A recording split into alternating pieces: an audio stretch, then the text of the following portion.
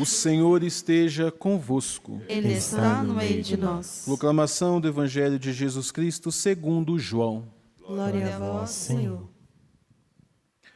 Naquele tempo, disse Jesus a seus discípulos: em verdade vos digo, vós chorareis e vós lamentareis, mas o mundo se alegrará. Vós ficareis tristes, mas a vossa tristeza se transformará em alegria.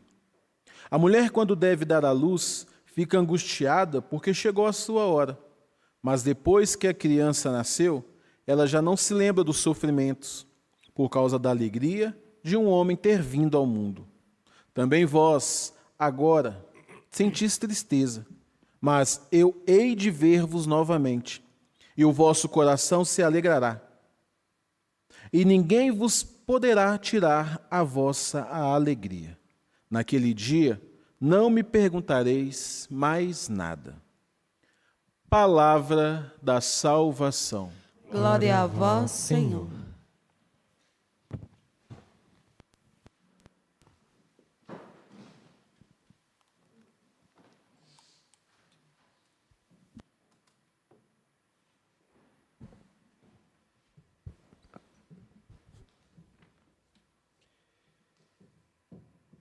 A mulher, quando deve dar à luz, fica angustiada porque chegou a sua hora.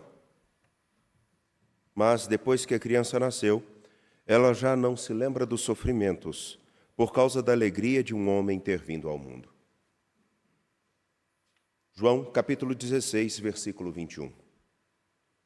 Apresentado por Jesus Cristo, uma medida, um horizonte de compreensão, um parâmetro para entendermos aquilo que marca a vida de cada discípulo de Jesus, mas especialmente na narrativa de João, daqueles que escutam dele. Eu me vou. Eu estou me despedindo de vocês.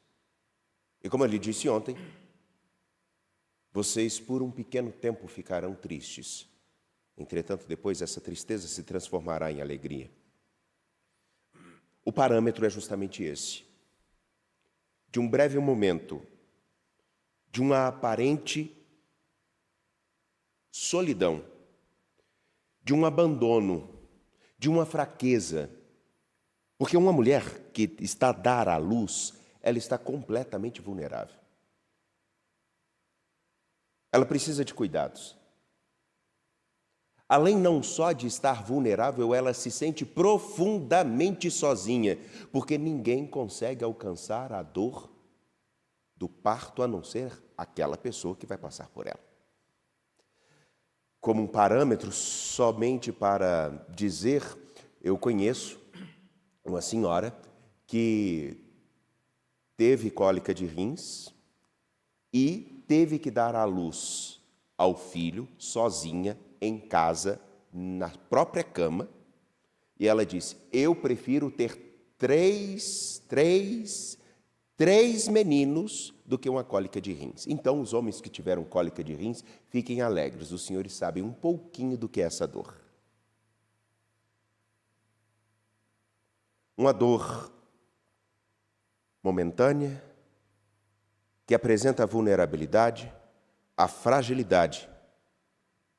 E claro, quem sente a dor sabe o que significa tentar traduzir essa dor em palavras. Não é raro também escutarmos o médico dizendo, de 0 a 10, qual a intensidade da dor? Bem, os discípulos agora têm um parâmetro. A dor pela qual nós vamos passar não é uma dor estéril, como a dor de quem sofre com a cólica de rins, mas é uma dor que pode estar permeada. Aliás, não permeada, encharcada de esperança. Visto que algo novo, singular, nascerá e será dado a todos nós por essa dor. Então, a imagem que Jesus diz na sua despedida no capítulo 16 para seus discípulos é para manter os seus corações repletos de esperança. Para que eles estejam grávidos de esperança. Para que eles sejam, ainda que num instante de dor e de abandono, nutridos pela esperança. Mas nos lembremos, na narrativa do Evangelho de João, a dor dos discípulos ao verem o seu Senhor sendo levado para a crucificação não é de esperança, mas de desespero. Somem, afastam-se, abandonam a Jesus. Tudo parece realmente que se perde. Quando sepultam a Jesus, não estão sepultando simplesmente aquele com quem caminharam. Estão sepultando os próprios interesses. Estão sepultando as próprias vaidades. Estão sepultando as próprias convicções que são tidas como inabaláveis, como as nossas ideologias do tempo presente. Sepultam uma forma de ver o mundo. E nós sabemos muito bem que quando nós sepultamos alguém, também sepultamos um pouco disso. Quem já sepultou a avó, sepulta parte de uma referência da infância. Quem já sepultou a mãe, sabe o que está sepultando. O pai. Os discípulos sepultam a Jesus. Repito, sepultam suas convicções, suas ideologias, seus interesses, seus sonhos, me permitam dizer, mesquinhos. Daí então, por isso desespero, por isso sumiço, por isso desejo de voltar àquele lugar no qual foram chamados por Jesus. Uns querem voltar à pesca, outros querem retornar para suas cidades. Talvez alguns queiram voltar à coletoria de impostos e outros a militar por uma guerra.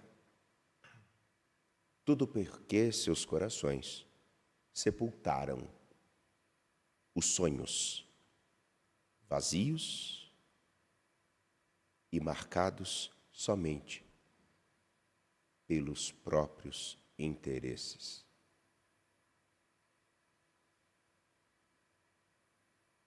A imagem apresentada da mulher grávida já é o contrário.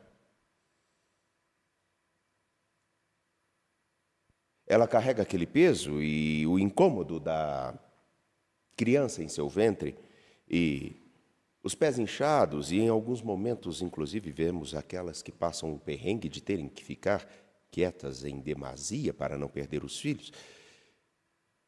Ela faz isso pelo quê? Porque acredita que alguma coisa que está além dela, para a qual vai se dedicar e que já é, de algum modo, fruto e objeto de seu amor, virá ao mundo. E então essa dedicação e essa dor presente, esse carregar um peso que não é seu, que não fará parte do seu corpo eternamente, mas será parte de sua alma para sempre, exige um sacrifício. Aqui quero fazer um simples paralelo.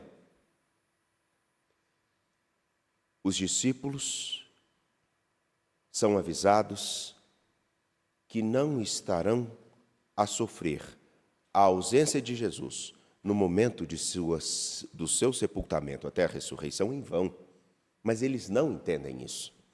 Uma mulher grávida entende que por um breve momento existirá um sacrifício e uma dor, mas carrega a esperança da consolação, da primeira amamentação, do primeiro banho, e até, digamos a verdade, do momento do primeiro desaforo de uma criança. Porque quem nunca viu uma mãe ou um pai, num determinado momento, quando a criança começa a ficar um pouquinho mais esperta, virar e dar uma postura de afronta, ou de conversa com a mãe, ou com o pai, ou então de questionamento do pai e da mãe, e ela não conta toda orgulhosa. Vocês não acreditam que fulano outro dia virou para mim e falou desse jeito? Eu achei tão bonitinho, mas é lógico que eu corrigi. Alguma semelhança com algum caso que conheça? Meus caros, eis aqui então o parâmetro. O parâmetro simples. A fé dos discípulos, a permanência com Jesus Cristo, após a ressurreição, como vemos o itinerário de Paulo, só é possível por causa que eles estão impregnados, fecundados, diria até grávidos da esperança e de esperança. Porque ninguém vai falar de tempos melhores com convicção se não acreditar neles. Ninguém falará que tudo ficará bem se não tiver grande esperança nisso. Então, no capítulo 16, acredito que há uma chave simples para nós. Simples, mas como toda coisa simples, séria e exigente. Se nós não somos homens que são grávidos de esperança, nutridos pela esperança que é Cristo, nós seremos exatamente como os discípulos. Por quê? Porque no nosso tempo, na nossa história individual, comunitária e social, estamos em tempos sempre marcados por uma sombra que atinge a todos nós e que nos cobre. Parece, em alguns momentos, que o sol para de brilhar e parece que não há mais esperança. Afinal, nós agora até adoramos os nossos bebês reborns, mas detestamos as crianças e as pessoas. Amamos os nossos animaizinhos, mas se for preciso passarmos por um mendigo e não lhe darmos nem mesmo atenção, nós o faremos. Somos capazes de resgatar os animais nas ruas, mas se for preciso, enxotamos os que nos pedem alimento. E ainda há uma frase muito simples: os animais amam sem nenhum interesse. Deixe de alimentá-lo e verás o interesse que ele tem por ti. Não estou dizendo que precisamos abandonar o cuidado com animais. Não estou dizendo que quem tem a sua boneca para algum que esteja errado. Não, eu estou dizendo uma coisa: quando nós substituímos pessoas por coisas e animais, alguma coisa está errada, inclusive a referência que temos de nós mesmos. Quando nós vivemos num tempo tão marcado por tantas sombras, ainda que as nossas telas brilhem tanto em nossos celulares e os nossos olhos até de madrugada possam ficar vidrados em tudo aquilo que é vindo pelas redes sociais, nós estamos num tempo marcado por uma esterilidade de esperança.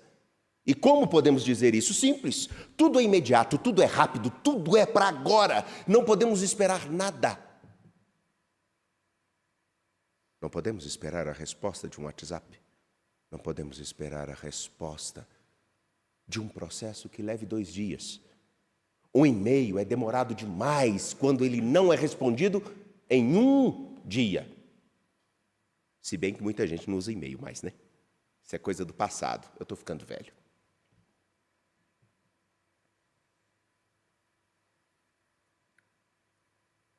E essas coisas todas geram uma dor estéril, infecunda. Se nós falamos de coisas do nosso cotidiano, imaginem quando nós falamos de vida humana, de esperança em ressurreição, de Deus que nos ama, porque o amor está vinculado no tempo presente àquilo que você me responde na velocidade que quero. Até mesmo as discussões do tempo presente podem ser levadas à máxima potência, que qualquer discussão e qualquer desentendimento é motivo de um abandono de outra pessoa. Ou é algo diferente que vemos em nossas redes sociais? Trocamos de pessoas e de vida com a facilidade de quem troca de roupa. Precisamos do botox para manter o nosso rosto impecável, ainda que nós pareçamos, com o tempo, aquelas pessoas que estão claramente sorridentes, que para bater palmas não conseguem nem mesmo, para sorrir, não conseguem nem mesmo abrir os lábios. Estou fazendo uma crítica àqueles que fazem os seus procedimentos estéticos? Não! Que faça. Eu estou querendo dizer que o estético, o superficial, o imediato, está ocupando o lugar de uma perspectiva a ser construída com calma, com tempo, com responsabilidade, com cuidado, com observação, com atenção e com esperança. Como nós fazemos quando queremos educar bem alguém. Porque a educação de alguém precisa de tempo, paciência, esperança, comprometimento com esse alguém, não com a nossa própria vontade ou com o nosso querer sermos aceitos, o que significa que em determinados momentos nós não seremos o que a pessoa quer. Você não vai. Ah, mas eu... Não vai. Você não vai para tal lugar. Você não vai à casa de seu amigo. Não vai. Eu quero ir. Não vai. Eu tenho 14 anos, vou chegar à meia-noite. Não vai. Quem paga as suas contas sou eu. Quem é seu pai sou eu. Quem é sua mãe sou eu. Quem é seu avô sou eu. Não vai. Bata a porta do quarto. Tudo bem. Não há problema. Mas eu tenho a chave para abri-la. O que quero dizer com isso é que esse tipo de comprometimento só é vivido por quem tem esperança. Agora me digam, se nós falamos de coisas óbvias da vida humana, como nós vamos falar de eternidade se o nosso coração está desnutrido da esperança que é Cristo? E os discípulos de Jesus só adquirem uma nova esperança quando se encontram com Ele ressuscitado. Ele se torna um motivo para continuarem a viver todos os dias. E aí... Vejam que coisa, como nós estamos num tempo onde tudo é válido, nós não paramos para ver os parâmetros simples de que acreditar na ressurreição não é somente acreditar numa vida após a morte. Acreditar que Deus nos ama não é só acreditar que Ele fará a nossa vontade.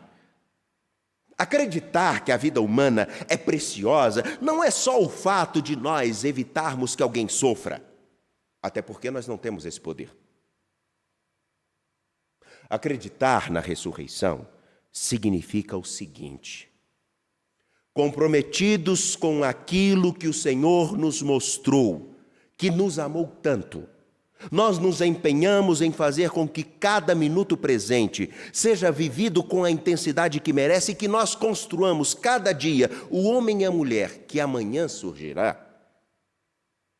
E este homem e essa mulher mostre e ilumine ao mundo que nós não precisamos da migalha da história, de pessoas e de ninguém.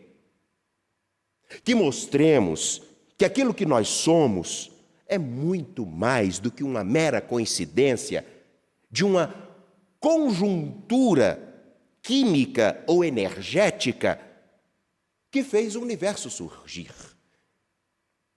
Que nós somos mais, que nós merecemos mais, e esse mais é construído cada dia com paciência, dedicação, comprometimento, por causa de uma esperança.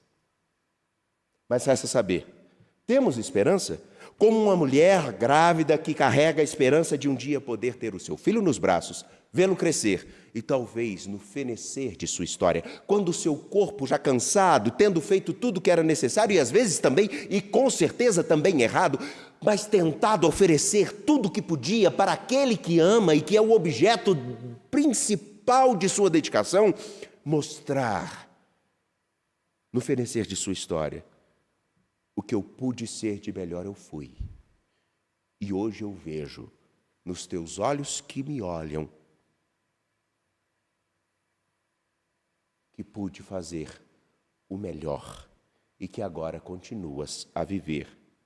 Espero que esteja em teu peito e em tua memória, quando também um dia, no fenecer de sua história, nos encontremos e possamos brindar o que nós construímos juntos. Isso é esperança. Mas parece que nós preferimos o imediato, vazio, frívolo, desesperançado, aonde brilhamos nos nossos computadores, celulares, aparecemos em vários lugares, respondemos imediatamente aos interesses de alguns para que possamos continuar ocupando nossos lugares, como a política o faz. Como a política o faz. No executivo, no legislativo. E aí então, respondendo agora, se hoje eu te dou o pão, que amanhã você morra de fome, porque eu não tenho nenhuma responsabilidade com o seu amanhã, mas eu tenho a responsabilidade de ocupar esse lugar hoje, fazendo com que você me mantenha. E é esse tipo de desesperança que marca todo o contexto social que nós vivemos no mundo hoje.